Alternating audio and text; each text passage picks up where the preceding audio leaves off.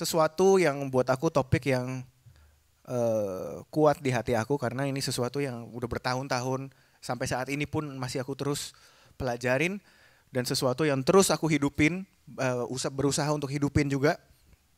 Dan aku mau share ini ke kita semua supaya kita boleh belajar.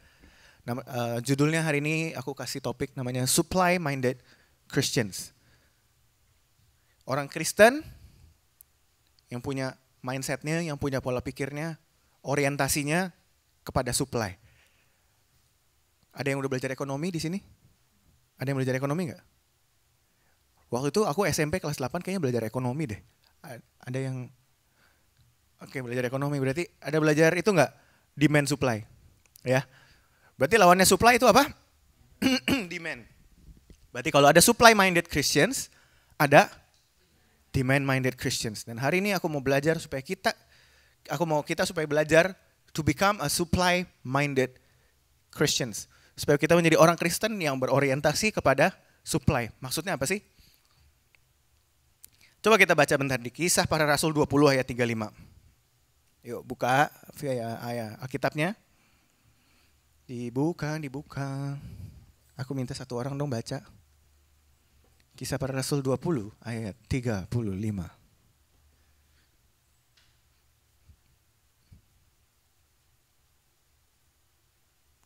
Jared udah ketemu? Belum. Kisah Para Rasul 20 ayat 35.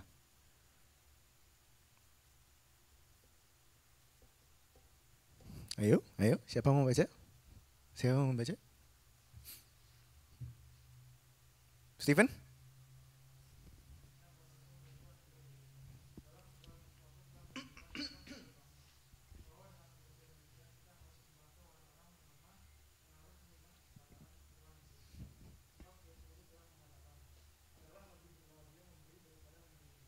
Oke, apa itu tadi kata terakhir adalah lebih berbahagia memberi daripada menerima. Tunggu. Kan judulnya nih Supply Minded Christians ya. Orientasi sama supply. Tapi ayat ini bilang apa? Lebih berbahagia memberi daripada menerima. Memberi itu berarti apa? Memberi berarti bukannya bicara soal supply dong. Justru kita yang mensupply. Ya enggak? Jadi maksudnya supply minded Christians ini apa? Gitu loh. Nah, justru ini aku mau menekankan bahwa di sini kita membantu orang-orang yang lemah dan mengingat perkataan Tuhan Yesus, lebih berbahagia kita memberi daripada menerima. Jadi maksudnya supply itu apa sih? Nah, ini kalau kita lihat di sini konteksnya tadi dia bilang membantu orang-orang lemah. Jadi ini berhubungan dengan apa? Manusia dengan manusia. Jadi aku percaya ketika kita berhubungan antara manusia dengan manusia, yes, lebih berbahagia untuk kita memberi daripada kita menerima. Kalau di dalam bahasa Inggrisnya apa? Blessed, it is more blessed to give than to receive. Blessed loh, lebih berbahagia. Or you can say diberkati. Walaupun memang konteksnya lebih ke berbahagia. Ya, lebih berbahagia memberi daripada menerima. Ini konteksnya adalah manusia ke manusia. Tapi yang aku mau bicara hari ini bukan manusia ke manusia. Coba kalau misalnya kita pikirkan dalam hubungan manusia sama Tuhan dengan pakai ayat ini. Siapa yang mau bikin Tuhan berbahagia? Siapa yang mau bikin Tuhan bahagia? Kalau kita dari ayat ini sebenarnya ada cara yang simple membuat Tuhan berbahagia. Apa? Dari ayat ini lebih berbahagia apa? Memberi yang ngasih daripada yang nerima. Berarti untuk Tuhan lebih berbahagia apa? Ngasih daripada memberi. Tapi seringkali, daripada menerima. Tapi seringkali kita sukanya ngomong apa sih? Kita harus memberi kepada Tuhan. Kita harus on fire buat Tuhan. Kita harus berikan yang terbaik buat Tuhan. Salah nggak? Nggak salah. Nggak salah. Tapi sebetulnya kalau kita pikir lagi, emang Tuhan perlu diberi apa sih? Ayo, Tuhan perlu diberi apa sih? Tuhan udah punya semuanya. Bukan berarti kita nggak memberikan yang terbaik ya. No, bukan itu maksudku. Tapi balik lagi, kita harus punya mindset bahwa bukannya kita memberi kepada Tuhan, tapi kalau di dalam hubungan konteks kita kepada Tuhan, harus lebih banyak kita menerima. Tuhan punya banyak untuk diberi. Sebab itu kita harus menerima. Dan caranya menerima dengan apa? Faith. By faith. Seringkali kita sebagai manusia kita punya pikiran kalau kita mau menerima sesuatu, kita juga harus memberikan sesuatu. Itu yang menjadi pola pikir manusia. Tapi yang namanya gift, yang namanya pemberian, itu dikasih secara cuma-cuma. Justru malah kita sebetulnya sedang menghina orang yang memberi ketika kita bilang, gue bayar dong. Nih gue bayar. Sekarang nih, aku kasih contoh. Kalau kalian, Tasya, kamu belum kerja kan? Berarti belum bisa cari duit sendiri dong. Ya. Sekarang kalau misalnya mami kamu tiba-tiba membeliin kamu sesuatu yang kamu mau. Anggaplah mau dibeliin HP. Kamu dibeliin HP atau kamu dibeliin makanan. Terus kamu bilang ke mami kamu. Mami kamu kan kamu nggak punya uang segala macam ya. Tapi habis itu kamu bilang gini ke mami kamu. Kok mami baik banget sih? Nanti aku bayar deh.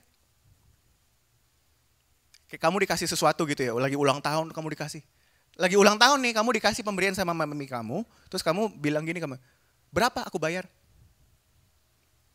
Coba, ada yang pernah ngomong gitu nggak pas lagi ulang tahun, dikasih hadiah sama orang tua kalian, terus kamu bilang ke orang tua kalian, berapa harganya aku bayar? Kalau kita jadi orang tuanya mungkin kita mikirnya, belagu banget nih anak. Ya nggak? Kerja aja belum, punya duit aja kagak, mau coba-coba bayar. Coba kalian pikir, kalau kita pikirkan itu lagi sama konteksnya hubungan kita dengan Tuhan, kita ini punya apa? Tapi kalau kita diberi sama Tuhan, kemudian kita punya pola pikirnya, berapa harganya gue bayar? Wih gila, itu sombong banget. Seolah-olah kita punya sesuatu untuk kita berikan kepada Tuhan. Tapi padahal sebetulnya yang lebih punya banyak, yang punya semuanya adalah Tuhan. Jadi Tuhan sebenarnya mau memberi kepada kita.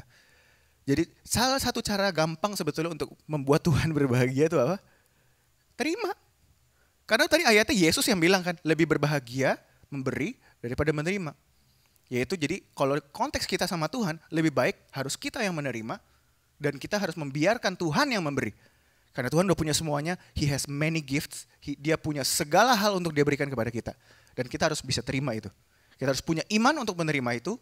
Dan jangan sekali-sekali kita bilang, berapa harganya Tuhan? Itu namanya belagu, sombong. Kita berusaha membeli keselamatan, kita berusaha membeli segala hal. Nah ini maksudnya apa sih? Balik lagi. Apakah kemudian kita tidak memberikan sesuatu? No, kita menerima, tujuannya itu supaya apa? Supaya kita bisa memberi kepada sesama kita. Tujuannya adalah itu, makanya di sini dibilang sama di Kisah Para Rasul kita membantu orang-orang yang lemah. Jadi kita tetap mesti membantu orang, kita harus memberi kepada orang, tapi bagaimana caranya? Yaitu pertama kita harus terima dulu dari Tuhan. Coba kita buka di Lukas 5 ayat 15 sampai 16.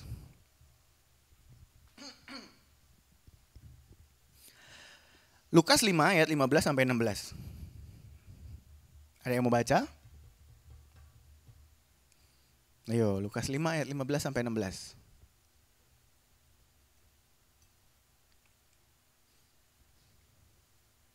Lukas 5 ayat 15 sampai 16. Anyone? Tasya? Udah ketemu? Belum? Gode udah ketemu? Lukas 5 ayat 15.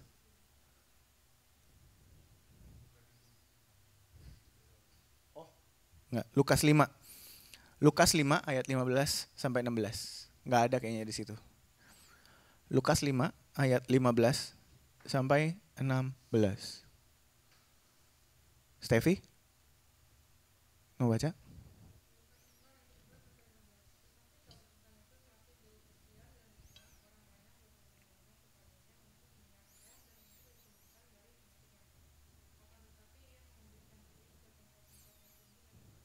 Oke. Nah, ini menarik nih. Ini aku sering banget pakai ayat ini ya.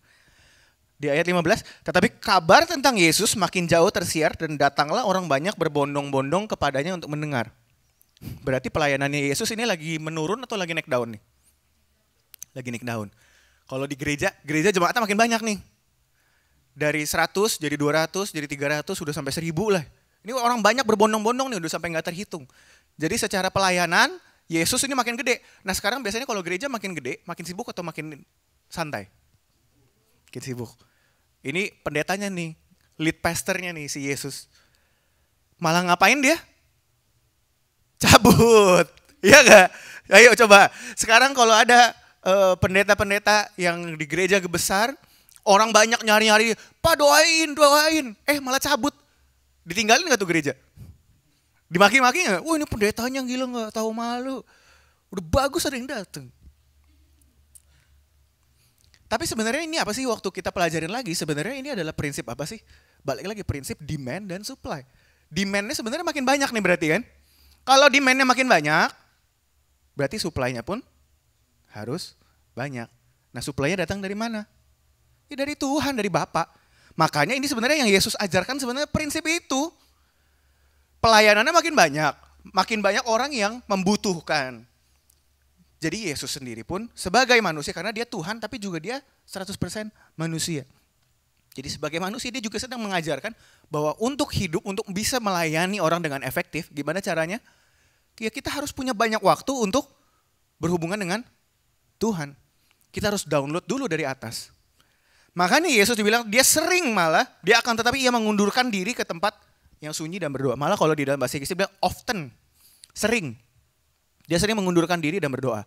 Bayangin teman-teman, pendeta, gereja makin gede, malah makin sering dia keluar, gak mau melayani orang, kesannya kayak gak mau melayani orang. Tapi sebetulnya kalau kita perhatiin justru gara-gara itulah Yesus menjadi sangat efektif. Kesannya males ya, tapi tahu gak 3,5 tahun pekerjaannya selesai semua. Semua yang udah dinubuatin selama beratus-ratus tahun sama Yesus cuma selesai dalam 3,5 tahun. Selesai semuanya. Permasalahan yang dulu sampai yang ke depan udah diselesain semua di atas kayu salib. 3,5 tahun.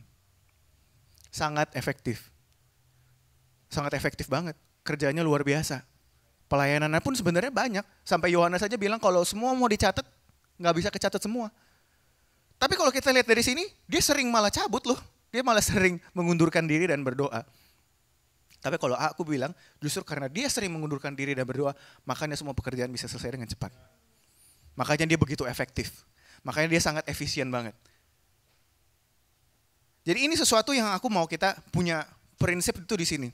Bahwa kita jangan sampai fokus kita orientasinya kepada demand yang ada, kepada permintaan yang ada. Ini ada banyak nih orang butuh.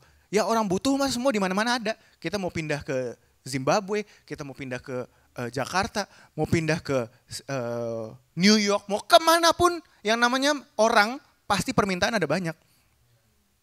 Orang butuh ini, orang butuh itu, orang butuh ini, orang butuh itu.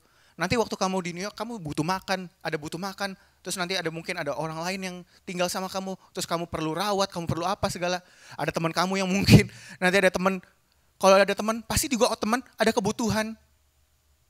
Di mana-mana yang namanya orang pasti ada kebutuhan. Di mana-mana, kita mau di mana-mana pun pasti ada kebutuhan. Kalian sekolah di Indonesia sama sekolah di luar negeri, sama-sama punya kebutuhan. Ada kalian bilang sekolah di luar negeri lebih enak. Ya tapi tetap punya kebutuhan. Bukan berarti semuanya lebih enak lantas kalian gak punya kebutuhan toh. Pasti ada kebutuhan. Yang namanya ketemu orang, pasti orang ada kebutuhan. Kalian punya teman, pasti teman ada permintaan, ada kebutuhan. Kalian harus bisa menangani. Nanti ada orang butuh curhat, ada orang butuh didengar, ada orang butuh ngomong.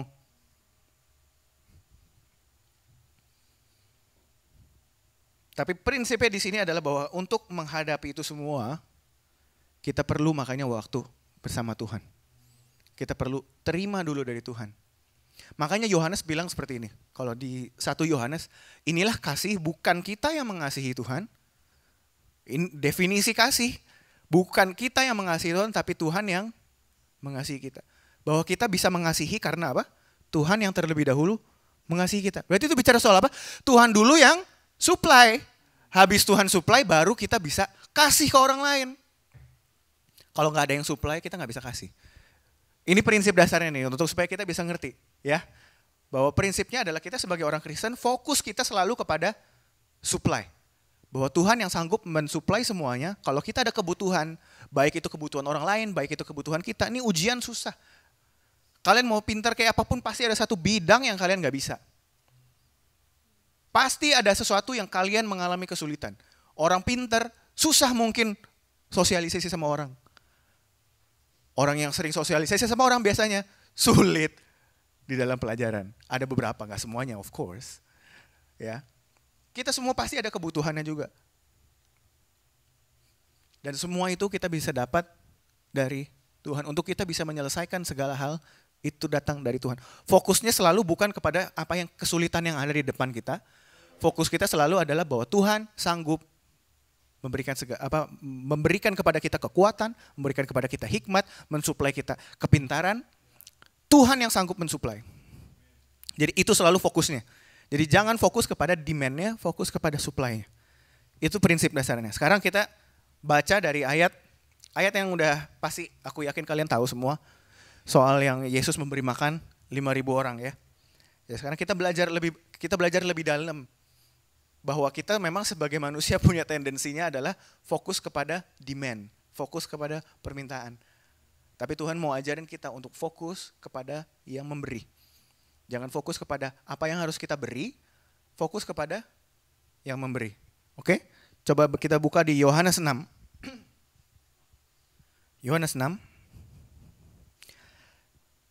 Yohanes 6 ayat 1 sampai 13. Yohanes 6 ayat 1 sampai 13. Yuk kita baca ganti-gantian dari JM ke belakang. Ayat 1 sampai 13. Yohanes 6 ayat 1 sampai 13.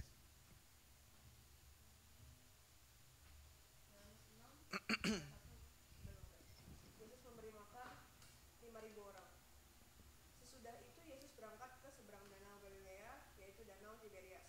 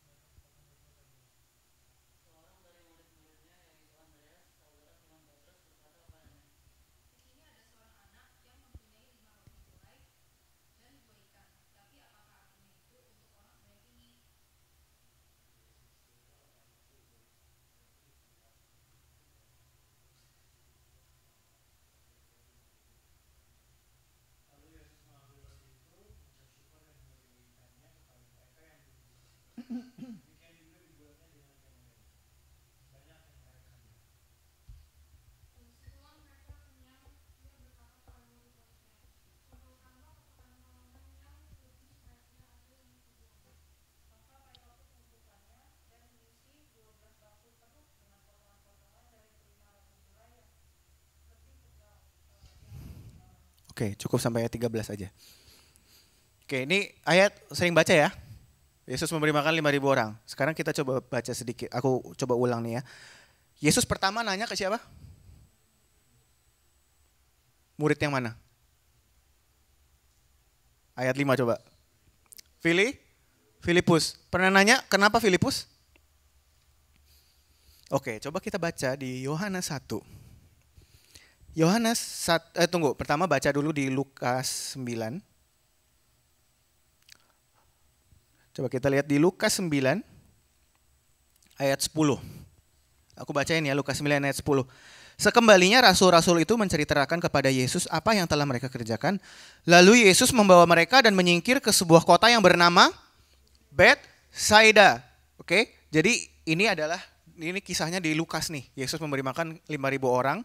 Nah di sini kita tahu lokasinya namanya Betsaida. Nah sekarang kita baca di Yohanes 1.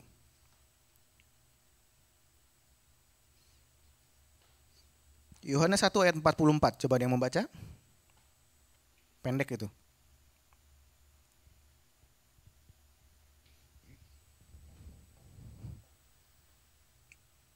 Jared membaca? Oke. Jadi Filipus asalnya dari mana? Betsaida. Dan tadi memberi makan di mana? Betsaida. Berarti itu kotanya Filipus. Yesus nanya ke? Berarti Yesus sebenarnya nanya ke orang lokal, ya. Karena ini asalnya ini si Filipus dari Betsaida. Yesus sedangkan ini juga lokasinya di Betsaida. Kemungkinan di daerah yang sama. Maksudnya di daerah Betsaida itu kalau lihat dari sini ya. Jadi sebenarnya Yesus lagi ngetes orang lokal nih.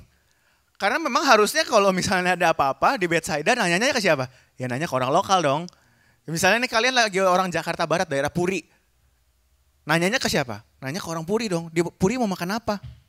Apa yang makanannya yang enak gitu misalnya. Ya nanya ke orang Puri dong. Masa nanya ke orang Surabaya? Ya nggak lucu dong. Sama ini Yesus nanya ke Filipus.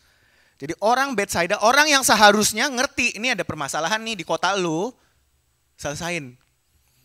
Ditanya sama Yesus. Dan itu Yesus bilang apa? Dia ngetes. Sebenarnya dia udah tahu. Jadi sengaja Yesus itu ngetes. Yang dites adalah orang lokal yang seharusnya lebih tahu. Tapi habis itu katanya si Filipus apa? Uang segitu banyak aja, 200 dinar aja nggak cukup buat ngasih makan sebagian dari orang ini. Kira-kira setengah tahun gaji. Jadi dibilang apa? Jadi fokusnya kita lihat di situ apa? Fokusnya si Filipus banyaknya orang-orang ini. Ya ini permintaannya banyak banget ini. Mau punya uang setengah tahun gaji aja nggak bakal cukup untuk kasih makan roti ini. Gitu loh. Jadi si Filipus fokusnya ini banyak banget nih orangnya. Nah terus yang lucu habis itu yang mau ngebantu Filipus siapa coba? Di Yohanes 6 tadi.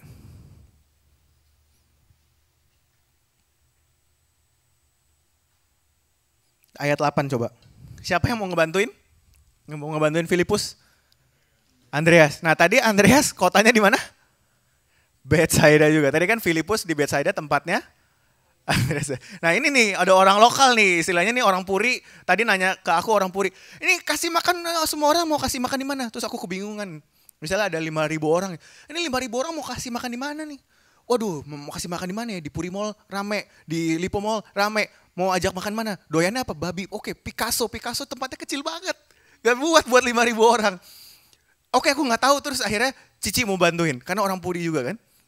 Orang Puri juga. Jadi nah sama ini kayak gini. Andreas nih istilahnya orang Puri juga. Orang Betsaida nih. Lagi mau ngebantuin nih. Akhirnya dia bilang apa? Nih ada anak kecil punya 5 roti 2 ikan. Tapi habis itu dia udah kasih tahu nih ada something. Tapi habis itu fokusnya dia kita lihat apa?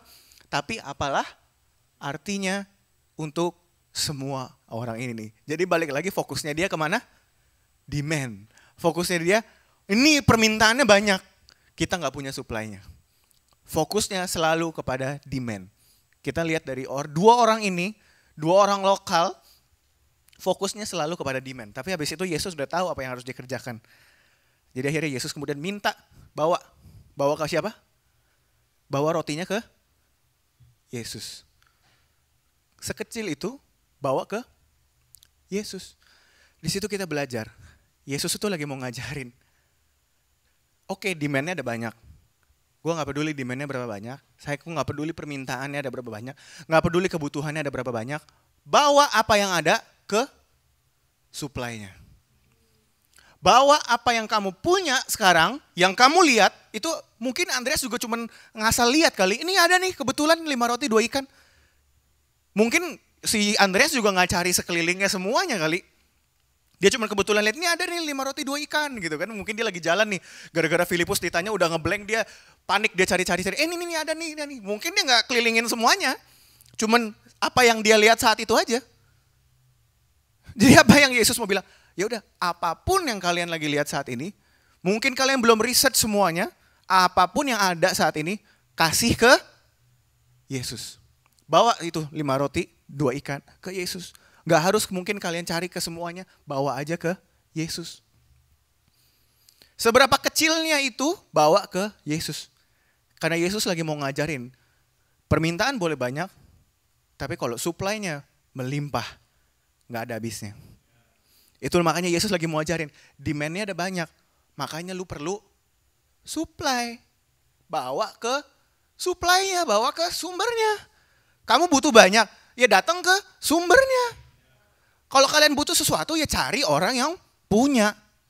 Nah itu yang Yesus lagi ajarkan. Dan makanya Yesus itu kan apa namanya? Dia adalah roti hidup. Yesus adalah roti hidup kan? Nah ini Yesus lagi ajarin, butuh roti, datang ke roti hidup. Kalian butuh makan, datang ke sumbernya. Dan kemudian akhirnya kata Yesus apa? Suruhlah orang-orang itu duduk. Adapun di tempat itu banyak rumput. Menarik gak sampai dikasih tahu detail. Adapun di tempat itu banyak rumput. Dan kita tahu Yesus itu adalah gembala yang baik. Jadi ini sebenarnya ayat ini bilang gembala yang baik. Ingat gak? Ingat satu ayat? Mazmur dikatakan Tuhan adalah gembalaku. Takkan kekurangan aku. Dia membaringkan aku di padang berumput hijau. Ini adalah gembala yang baik, suruh orang-orangnya duduk di padang yang berumput. Jadi sebenarnya kita di sini lagi melihat penggenapan daripada Mazmur. Yesus gembala yang baik. Nggak akan kekurangan ini orang-orang. Ini Yesus ini sebenarnya kayaknya lagi mengajarkan nih ke murid-muridnya. Nih ingat nggak nih di Mazmur? Tuhan gembalaku yang baik, takkan kekurangan aku. Dia lagi mau ngajarin apa? Ini gua gembala yang baik. Ini semua kebutuhan gak akan kekurangan. Karena dia adalah gembala yang baik. Dan dia membaringkan kita di padang berumput hijau. Ya, walaupun itu adalah perintah. Yes, itu perintah untuk kita berbaring. Tapi tujuannya apa? Karena Tuhan mau kasih makan. Jadi Tuhan sebetulnya tujuannya ketika dia memberikan perintah kepada kita. Tujuannya itu sebenarnya apa sih? Buat dikasih makan. Dan kemudian dia mengucap syukur. Lalu Yesus mengambil roti itu, mengucap syukur dan membagi-bagikannya. Nah, ini sesuatu yang menarik nih. Jadi gimana sih caranya supaya kita bisa punya mindset itu selalu fokus kepada yang supply. Kan dari tadi kan kita udah bilang, fokus kepada supply. Jangan kepada permintaan, jangan kepada demand-nya. Gimana sih caranya? Nah ini kita belajar dari, ini Yesus loh ya. Lalu Yesus mengambil roti itu, mengucap syukur. Pernah gak sih mikir, Yesus itu siapa sih? Yesus itu Tuhan. Yesus itu adalah, kalau misalnya kita baca di Yohanes 1, pada mulanya adalah firman, dan firman itu bersama dengan Allah, dan firman itu adalah Allah. Tidak ada satupun yang terciptakan di bumi ini tanpa firman. Jadi semua itu karena firman. Dan firman ini menjelma menjadi manusia, yaitu Yesus. Berarti yang menciptakan dunia ini siapa? Firman atau Yesus? Yang ciptain roti siapa?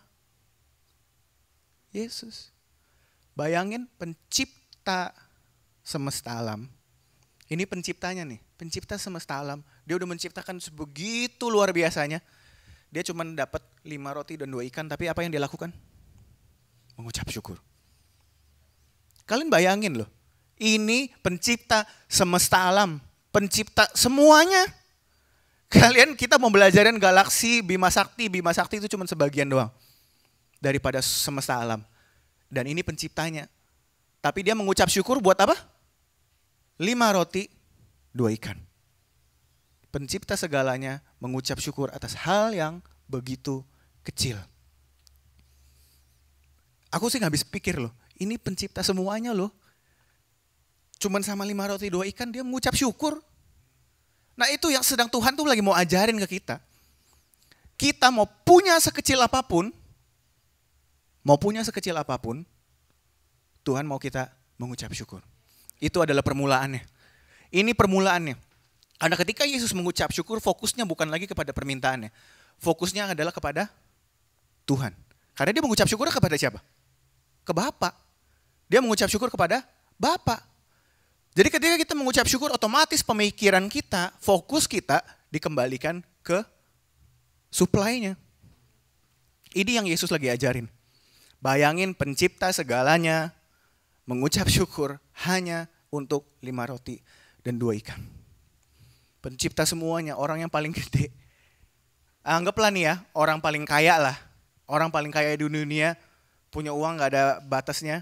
Atau orang paling pinter, atau jangan orang paling pinter, anggaplah bener-bener yang punya toko roti misalnya.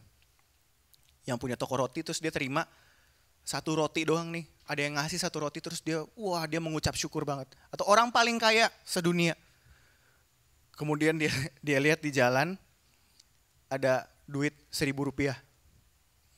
Terus dia ambil dan dia mengucap syukur.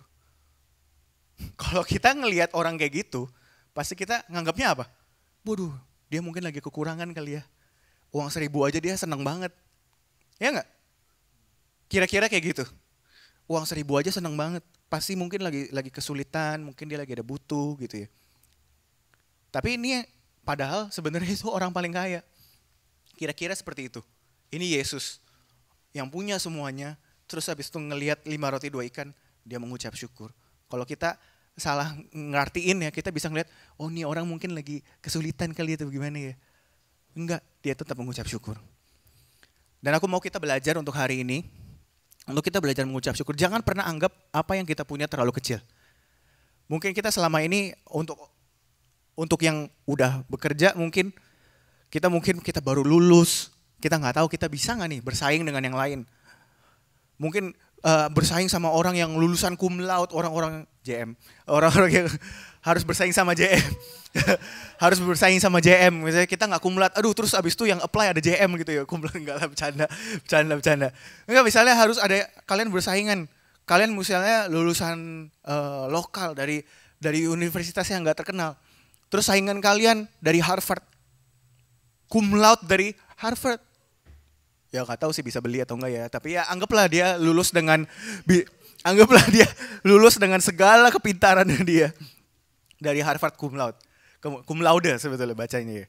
Terus habis itu kalian bersaing sama orang seperti itu di kantor, kemudian minder. No, tapi Tuhan mau ingatkan kepada kita mengucap syukur. Kalian mungkin nggak punya segalanya, mungkin kalian udah keterima atau bagaimana, kemudian kalian di kampus.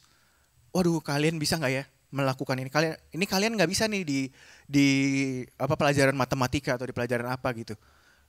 Dan kemudian kalian kayak misalnya cuma belajar, misalnya aduh aku udah coba usahain belajar nih, nggak tahu cukup atau enggak. Ketika di saat kalian mulai ada berpikir begitu, aku nggak tahu ini cukup atau enggak. Itulah saat dimana kalian harus datang kepada Tuhan. Tuhan, aku nggak tahu apa yang aku pelajarin cukup atau enggak. Aku udah usaha yang terbaik, aku nggak tahu ini cukup atau enggak, tapi aku serahkan ke Engkau. Aku mengucap syukur, Tuhan aku masih bisa sekolah, Tuhan aku masih bisa belajar ini, tapi aku nggak bisa ini, aku serahkan ke tangan-Mu.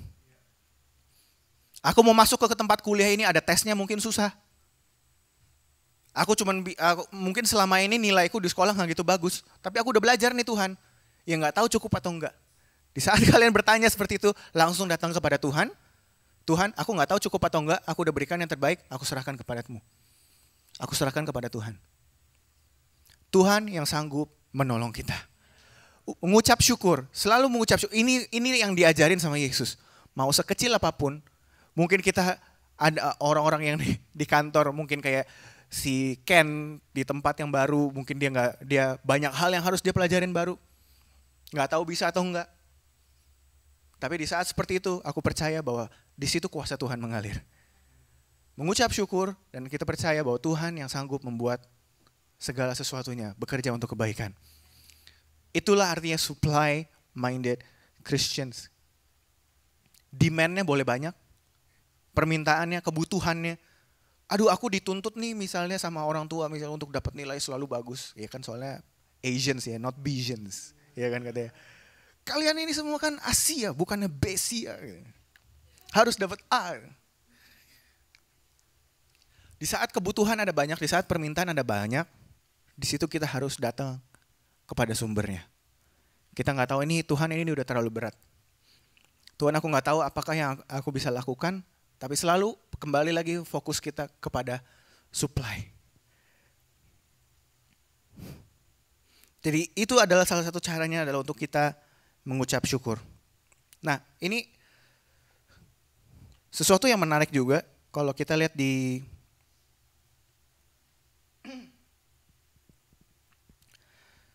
sebentar, coba aku lupa.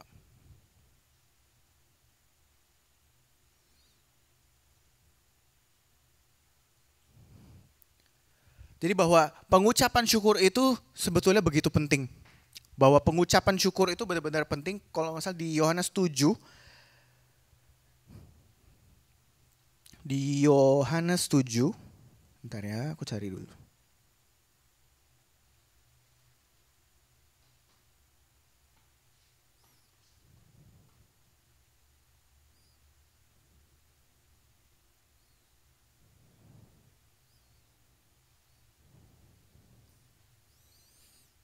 Bentar ya.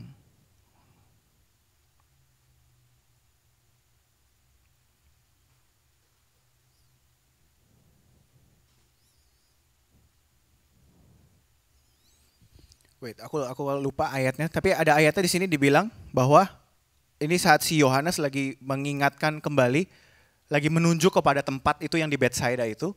Kemudian di situ di ayat itu dibilang bahwa tempat di mana Yesus memberi makan 5.000 orang dan mengucap syukur.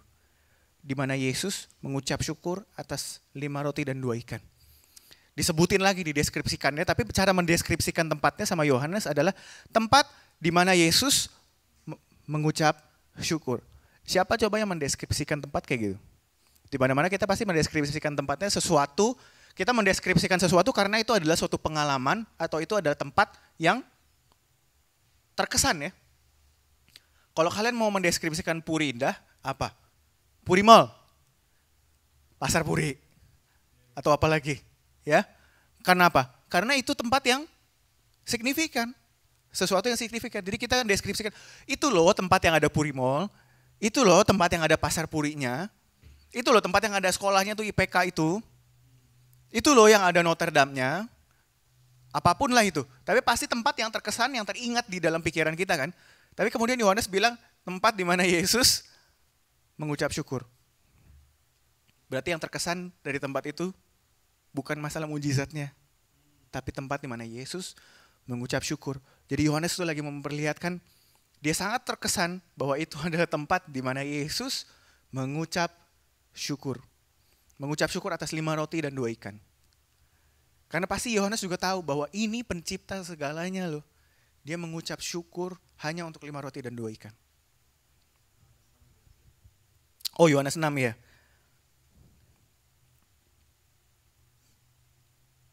Oh iya ya. Tetapi sementara itu beberapa perahu lain datang dari Tiberias dekat tempat mereka makan roti sesudah Tuhan mengucapkan syukur. Ya. Itu menarik banget buat aku. Bahwa tempat itu dideskripsikan tempat Yesus mengucap syukur. Sesudah Yesus mengucap syukur. Itu sampai detail itu dikatakan itu. Berarti Yohanes tahu bahwa mengucap syukur itu ada sesuatu yang sangat penting. Dan itu adalah kunci daripada mujizat, kunci daripada penyertaan Tuhan. Kalau kalian mau disertai Tuhan, kalau kita mau dapat favor dari Tuhan, kalau kita mau dapat pertolongan dari Tuhan, kuncinya satu, mengucap syukur. Karena apa? Ketika kita mengucap syukur, fokus kita kembali lagi kepada yang memberikan supply. Waktu kita melihat, aduh capek nih udah pelayanan capek, selalu ingatnya apa? Supply. Kalau pelayanan capek itu karena permintaannya kebanyakan. Kalau permintaannya banyak, apa yang kita perlu? Supply. Dan bagaimana caranya supaya kita bisa ngelihat supply? Mengucap syukur. Belajar mengucap syukur. Kalau ada yang mau kita belajarin hari ini, kita belajar mengucap syukur. Sesuatu yang simple, sesuatu yang mungkin terkesan simple, tapi aku yakin itu sesuatu yang penting karena Yohanes sendiri sampai harus ngulangin lagi. Tempat di mana Yesus memberi makan 5.000 orang sesudah mengucap syukur. Dikasih tahu loh, di detail loh. Yesus memberi makan 5.000 orang sesudah mengucap syukur. Sesudah, itu berarti ada urutannya tuh. Mengucap syukur dulu. Baru kemudian dengan demand yang begitu banyak, walaupun kita mungkin punyanya sedikit, kita nggak tahu kita layak atau nggak, kita nggak tahu kita bisa atau nggak, kita mungkin nggak pinter mat tapi ulangannya mat, kita nggak pinter biologi tapi ulangannya biologi. Tapi ketika kita ngalamin itu, ingat, di situ kita ingat. Mengucap syukur, karena Tuhan sanggup dengan 5 roti dan 2 ikan. Dia memberi makan 5.000 orang. Di saat kita nggak bisa mat, kemudian ada ulangan mat, ketika kita mengucap syukur kepada Tuhan, dan kita betul-betul andalin Tuhan, kita ingatnya bukan lagi kepada seberapa susahnya matnya itu, tapi kita ingat seberapa hebatnya Tuhan kita. Itu yang harus kita selalu ingat. Itu yang harus kita selalu ingat. Hari ini aku cuma mau ingetin itu aja buat kita, supaya kita boleh belajar untuk menjadi orang Kristen dengan mindset supply. Jangan selalu punya mindset demand. Ya, ini sebenarnya ada juga hubungannya dengan beberapa topik khotbah-khotbah sebelumnya aku yang ngomong soal rest in peace. Ngomong soal bagaimana kita punya rest. Salah satunya bagaimana kita punya rest itu adalah dengan apa? Dengan punya mindset supply.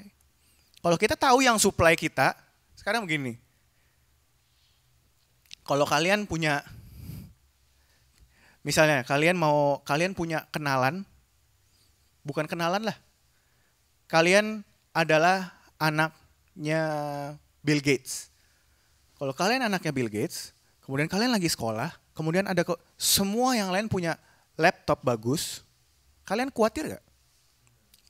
Kalian butuh laptop nih, kalian khawatir gak? Nggak khawatir. Ya orang bapak gue Bill Gates. Yang lain lagi sibuk nyari, gue perlu kodenya nih buat Microsoft Office. Produk key lagi pada mau cari. Beli di mana yang murah ya? Beli di mana? Mungkin beli di Amazon, mungkin beli di mana? Beli di Tokped, beli di mana gitu ya. Cari yang murah gimana nih caranya? Semuanya pada bingung kan? Mungkin semuanya lagi cari tahu. Kalian kalau misalnya anaknya Bill Gates, bingung nggak? Ya kagak, gue tinggal telepon aja, gue tinggal tanya, langsung minta, dapat semua. Kalian nggak khawatir sama hal-hal kayak gituan, karena kalian punya supply-nya. Sama halnya juga ketika kalian aware bahwa kalian adalah anak Bapa. Kalian adalah anak Tuhan, itu Bapakmu itu di surga yang punya semuanya. Ketika kita tahu, ketika kita ada kebutuhan, ketika kita lagi kerja, ketika kita lagi kuliah, ada banyak kebutuhan, ada banyak ulangannya lagi banyak banget nih minggu ini. Stres. Anak-anak sekarang stres, depresi, perlu ke psikiater. Sebelum ke psikiater cari dulu bapakmu. Sadar bahwa kalian tuh punya bapak. Kalian tuh punya bapak di sorga. Dia tahu semuanya, dia tahu bagaimana cara mensupply, dia yang ciptain kalian, dia yang ciptain kita, dia yang tahu bagaimana cara otak kita bekerja, dia yang tahu bagaimana cara ngajarin kalian dengan baik, dia tahu bagaimana caranya kalian bisa menghafal dengan baik. Dia yang tahu semuanya. Ya tanya dong ke dia. Datang kepada Tuhan. Ketika kalian ada kebutuhan sesuatu, selalu ingat datang ke supply-nya. Makanya disitulah kalian bisa punya rest, disitu kita bisa punya peace, disitu kita bisa punya, makanya Yesus bisa tidur waktu lagi ada badai. Ya itu yang Tuhan Yesus tuh mau ajarin. The key, kunci untuk kita bisa hidup peaceful, restful. Tapi aku sendiri tahu bahwa itu adalah sesuatu yang susah, karena buat aku sendiri pun juga itu susah. Ya, makanya aku harus terus-menerus mengingatkan diri sendiri akan hal ini. Dan aku juga mau supaya kita semua bisa terus mengingatkan diri kita sama hal ini. Untuk terus mengucap syukur, untuk belajar melihat kepada Tuhan. Amin. Yuk mari kita tutup. Bapak, aku berdoa Tuhan pada hari ini biarlah kita boleh Tuhan diingatkan untuk fokus kepada supply, untuk betul-betul fokus kepada Engkau yang memberikan segalanya Tuhan. Walaupun mungkin di dalam kehidupan kita, mungkin di dalam sekolah, di dalam hal apapun, banyak banget permintaannya Tuhan. Orang tua kita punya banyak permintaan mungkin Tuhan. Sekolah punya banyak permintaan. Sekolah inginnya kita harus punya standarnya tinggi, KKM-nya tinggi. Kita harus dapat. Mungkin di rumah kita dituntut untuk bisa ini, bisa itu. Tapi kami mau berdoa Tuhan pada hari ini. Agar mata kami boleh tertuju bukan kepada apa yang diminta dari kami, apa yang diharapkan dari kami. Tapi biarlah kami belajar berharap kepada Engkau. Biarlah mata kami bukan tertuju kepada apa yang diharapkan kepada kami, tapi apa yang kami harap dari Engkau. Engkaulah harapan kami Tuhan. Engkaulah supply kami. Di tengah segitu banyaknya Tuhan, permintaan, pengharapan akan kami, apa yang dibutuhkan dari kami, ekspektasi, kami mau serahkan itu semua ke dalam tangan-Mu Tuhan. Mungkin kami masih kecil, kami nggak tahu mungkin bahkan kami mau melayani bagaimana di dalam gereja. Mungkin kami bilang, oh kami masih kecil nanti aja Tuhan. Tapi kami mau belajar Tuhan pada hari ini untuk memberikan mungkin hidup kami yang mungkin masih usianya kecil. Tapi kami mau belajar dari sejak kecil, dari masa muda kami. Dengan sekecil apapun yang kami miliki, kami mau serahkan itu ke dalam tangan Tuhan. Tuhan pakai kami Tuhan, walaupun kami masih kecil, walaupun kami masih muda. Tapi kami percaya bahwa Engkau sanggup memakai kami seperti Engkau memakai 5 roti dan 2 ikan. Untuk memenuhi kebutuhan daripada 5.000 orang ini Tuhan. Kami percaya bahwa Engkau juga mampu memakai apa yang kecil dari kami untuk sesuatu yang besar. Dan kami mau belajar Tuhan untuk mengucap syukur atas apapun yang kami ada sekarang Tuhan. Kami mau mengucap syukur Tuhan atas apa yang kami miliki sekarang. Kami boleh mengucap syukur Tuhan atas segalanya Tuhan. Yang kami boleh nikmati bahwa kami masih bisa makan, bahwa kami masih bisa sekolah. Kami masih bisa punya rumah untuk kami tinggal. Kami mengucap syukur atas semuanya Tuhan. Kami mau belajar Tuhan untuk melihat bahwa Engkau begitu baik bagi kami. Dan jika Engkau menuntun kami sampai hari ini, maka untuk ke depannya, untuk hari besok, Engkau juga akan menuntun kami. Kalau Kau sudah menuntun kami sampai kami SMP 1, sampai kami SMP 2, maka untuk SMP 3 pun kami percaya Engkau yang akan memimpin kami. Kalau kami mungkin ada yang sudah SMA, kalau Engkau sudah memimpin, kalau Yesus sudah memimpin kita sampai SMA, Dia juga yang akan memimpin kamu waktu kuliah. Tuhan kami percaya, untuk kita semua di sini juga yang mungkin sudah bekerja, mungkin ada di tempat yang baru atau apapun itu, jika Engkau memimpin kami sampai saat ini, kami percaya bahwa Engkau juga yang akan memimpin kami ke depan. Sebab Engkau suplai kami, bukan karena kuat kami, bukan karena kami hebat, tapi karena Engkau Tuhan. Biarlah kami belajar pada hari ini untuk betul-betul mata kami tertuju kepadamu. Mata kami tertuju kepada suplai yang tidak ada habisnya. Sebab kami tahu bahwa Bapa kami di surga yang mempunyai semuanya. Bapa kami di surga yang punya segalanya. Dan kami adalah anak-anak-Mu yang dikasihi. Sebab itu kami datang kepadamu Tuhan. Pada hari ini. Untuk menerima suplai yang datang daripada-Mu dengan iman. Kami serahkan semuanya ke dalam tangan-Mu Tuhan. Biarlah pada hari ini, dari sejak saat ini Tuhan sampai ke depannya kami boleh belajar. Mata kami boleh terus berfokus. Di dalam hati kami boleh terus teringat bahwa Engkaulah suplai kami. Bahwa Engkaulah pengharapan kami. Bahwa Engkaulah penyedia kami Tuhan. Engkaulah gembala kami yang baik. Takkan kekurangan kami. Terima kasih Tuhan. Kami serahkan semua hanya ke dalam tangan-Mu. Di dalam nama Tuhan Yesus kami telah berdoa.